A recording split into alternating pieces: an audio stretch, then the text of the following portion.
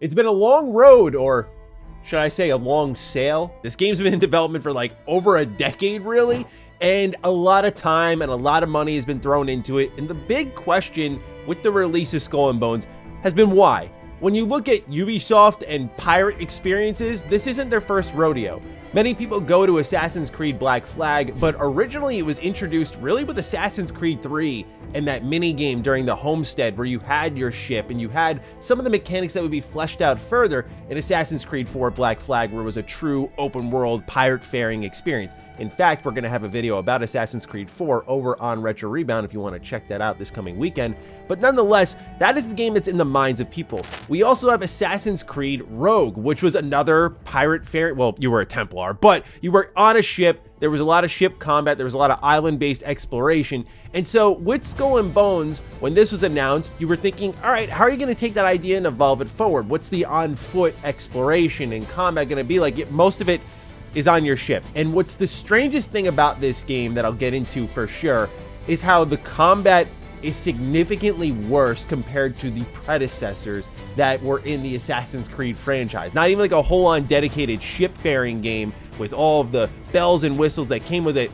No, Skull and Bones is worse than that. Maybe if you look at it in this little bottle of like, you didn't pay attention to the development cycle, you ignored the quadruple A comments that likely speak more to the budget and time spent, not the actual ambitions of the game.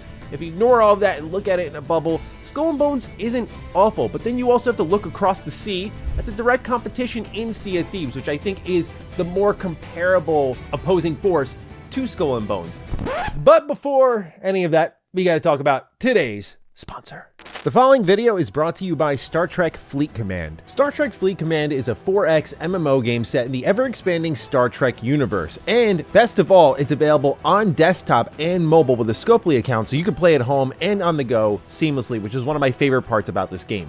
Naturally, as a bit of a sci-fi geek, this one has its hooks in me. The February update just hit and it introduces a brand new feature, which is Wave Defense, which has you defending central points from waves of increasingly powerful enemies. Also, the classic NX-01 Enterprise is now playable and integrated into the latest Xborg extension. And of course, there's new officers. There's an epic one in Captain Archer, which is really cool to see. New missions have been added as well. So what are you waiting for? Become a commander in the Star Trek universe. Download Star Trek Fleet Command using my link in the description or the QR code on screen. Don't forget to use promo code WARPSPEED to make sure you redeem some special rewards available for first-time users only. And whether it's desktop or mobile, I'll see you in Star Trek Fleet Command.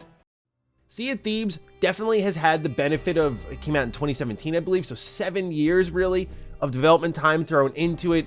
I remember when Sea of Thieves first came out, a lot of people were really down on it. Like, how could Rare release such an empty game? And now it's the complete opposite. They have single player components to it, new quests, Disney partnerships. The game continues to grow, continues to find new players, and I imagine when it comes to PlayStation, maybe even Switch, it's going to be a really big deal over there because it is one of Xbox's biggest live service games. And so I'm not going to scale the two exactly because I think Skull and Bones is going to need to grow over time just like Sea of Thieves did. However, what Sea of Thieves had going for it that I think Skull and Bones is missing is a compelling, more thoughtful, more interactive gameplay experience. And the biggest drawback for me with Skull and Bones is just that gameplay. So we'll get into all of it here today. Welcome, ladies and gentlemen, to another review/impressions video. I'm looking forward to seeing your thoughts on Skull and Bones down below, so fire away. And with that, let's begin. So the game opens up. You're fighting against the British Army. It's a big battle in the Indian Ocean.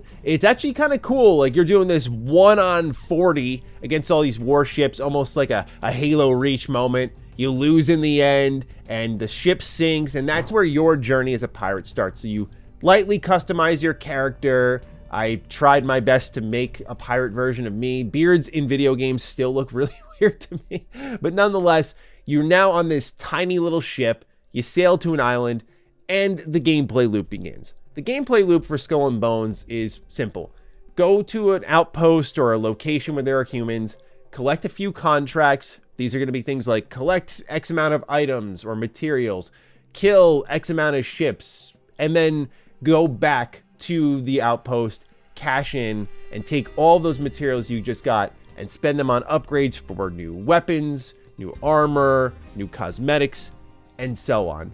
At first, I quite liked where the game started off because you get in this big ship, so you sort of see the end goal, and then you're on this little ship here, and all you have is a spear. So you'll be sailing around, and a shark is a threat to you now. So you'll have to throw your spear and take them out, and you can loot them for food. You'll want to have food because then you can give that food to your crew, and it'll give them more stamina, which is one of the strangest parts of the game. Like, there's almost a sprint meter for when you want to sail quicker. So when you're going a little too fast, you're going to see on the bottom middle of the screen this little energy bar depleting. That's what happens when you go max speed in Skull and Bones. You run out of energy or something like that, and you got to bring the sails back down and coast for a little bit and let that regen. But food helps with that sort of stuff. Anyway, I do like that there was this almost presentation of, oh, we're gonna get to the big warship that you kind of know and love from like the Assassin's Creed games, but there's steps in between there now. But it's really just a giant leap. You start off in this tiny little boat, you got this spear, you hunt down a few creatures, you get a few materials, and then you build up to the big one. When you build up to the big one, the next step is, like I said, taking those materials and building them out into new weapons that you put on all various sides of your ship. So unlike Assassin's Creed 4, we'll say, where you had upgrades for your broadside cannons, your chain shots, all these different little things, what happens in Skull and Bones is that when you go into the manage ship menu, you can actually take these cannons and put them on different sides of the ship and equip them how you want. So like one side can have a particular type of mortar, one side can have a cannon, and so you have to orient yourself properly. And on the bottom right corner of the screen, you're going to see a counter, which is the amount of cannonballs you have in your inventory, which is going to be necessary because if you run out, then you can no longer fire them. So there's a bit of management there, which I think is probably the best part of the game because it's a very simple loop otherwise. Kill, loot, get these materials, upgrade, and just keep doing that over and over. And there's PvP elements that you can indulge in, but where I think it loses me is how the game in particular controls. And it's baffling because I don't understand how, when you had the blueprint for Assassin's Creed 4 and Assassin's Creed Rogue and even Assassin's Creed 3, like the way the camera works, I'm talking about, the way combat handles, and then you look at how Skull and Bones plays, like the blueprint was truly right there. How did you end up over here with something that feels like it in spirit but controls way worse? What I mean by this is not only really the ship steering, which feels way tighter in a bad way, I mean, compared to those previous Assassin's Creed ship experiences, but as you've noticed when I'm shooting at other ships, it brings up a reticle and there's more third-person shooting style aiming, or if you're using the spear from the smaller boat, it's more first-person. It brings the camera in so close that you lose track of the action, and what happens is instead of targeting particular giant pieces of the ship, they're now marked in a red UI indicator. And what happens there is you're pretty much shooting weak spots on the ship. From there, you can choose to board it if you like, or just sink it for materials. Same thing as Assassin's Creed. But there's not that extra element that Assassin's Creed always had, which is the on foot, right? The capturing of the crew, the fighting with your sword or your guns. There isn't any of that here. So it's just one-dimensional ship combat, which would be fine without the prior context. Like if you've somehow managed to avoid all of the ship games that Ubisoft has made in the past through the Assassin's Creed franchise, then Skull and Bones isn't going to be this awful experience to you. I wouldn't even say with that experience in mind, it's awful. It's just less than. And when it's the only thing it's doing, that's what really draws it down. Like, how is this the only thing you focused on and it plays worse, where I'm losing track of enemies around me? Because most battles in Skull and Bones are not going to be just one-on-one. They're going to be 1-on-3, 1-on-4, and you're going to be handling multiple ships. And when the camera's bringing it in so close to aim in that you're losing track of the enemies around you, that doesn't make much sense compared to how Assassin's Creed 4 say did it, where when you use the broadside cannons, you just saw this arch that would line up with where the enemy might end up being. You'd have to project your shot a bit and aim it and time it out properly, but you would still have the spatial awareness of where other enemies are at the same time so that you could steer in the right direction. With Skull and Bones, you aim in, you lose all sight, and you have to just see that one ship, that one weakness you're targeting. And so a lot of times, it's gonna sound cheesy, but I would just drive my ship right into these boats and unload a full round of the cannonball right into their weak spot. They really wouldn't fight back. It was strange. throwing in there, and this is growing pains that I think will get better, but I have to address parts of my experience, otherwise I'm not doing my job here, the always online factor. There was one point immediately where I got disconnected. Loading in, I went to the bathroom real quick, got a snack, came down, still loading in. So if you're looking for an immersive game session and this thing boots you out, it's a tough time starting it back up, especially if it's going to happen multiple times like it did for me. So there's that worth keeping in mind. And why the always online nature matters is the early struggles here really indicate early MMO problems that you may have experienced before. It reminds me of when I played Elder Scrolls Online for the first time, except Elder Scrolls Online I really enjoyed when it first came out. But one thing that MMOs really struggle with when they first launch is how materials are divvied out to players who are all going for the same thing. So what I mean by that is one of the first missions you get, you have to acquire this piece of wood. And the way you acquire it, by the way, is hilarious. It's like a minigame that reminds me of almost Skyrim lockpicking in a way, like this weird timing minigame. But yeah, you don't get out of your ship to get any of these materials. You like pull up to the side of an island, time the X button in the case because I was using the Xbox controller. You time the X button with this green area on the meter and you get the items. It's ridiculous. Again, when you look at Assassin's Creed 4 and how like you'll hunt for materials, like you'll take out animals and then you'll skin them, and like there's a more interactive experience, and how everything is so surface level in Skull and Bones, it just continues to ask the question, why is this a game that exists and how did we actually get here? Anyway, like I mentioned, you're going to be going for these materials like, say, this tree bark. And since the game just came out, and I'm imagining there's some growing pains here, I'm not going to crank it too hard, but since the game just came out, a lot of people are going for that same starting mission, which involves going to these trees, sawing them for wood, or maybe you get lucky like I did at one point and found them on the ground. And so what happens is I'm opening my map, I'm marking these areas that the game's pointing me out to, saying, hey, you want this wood? Like, go get it over here. So I go on this tour to 4 different spots, and I started to think I'm doing something wrong. And so I'm looking, and this wood isn't anywhere. It's not in the ocean, it's not on the island, and I'm just confused.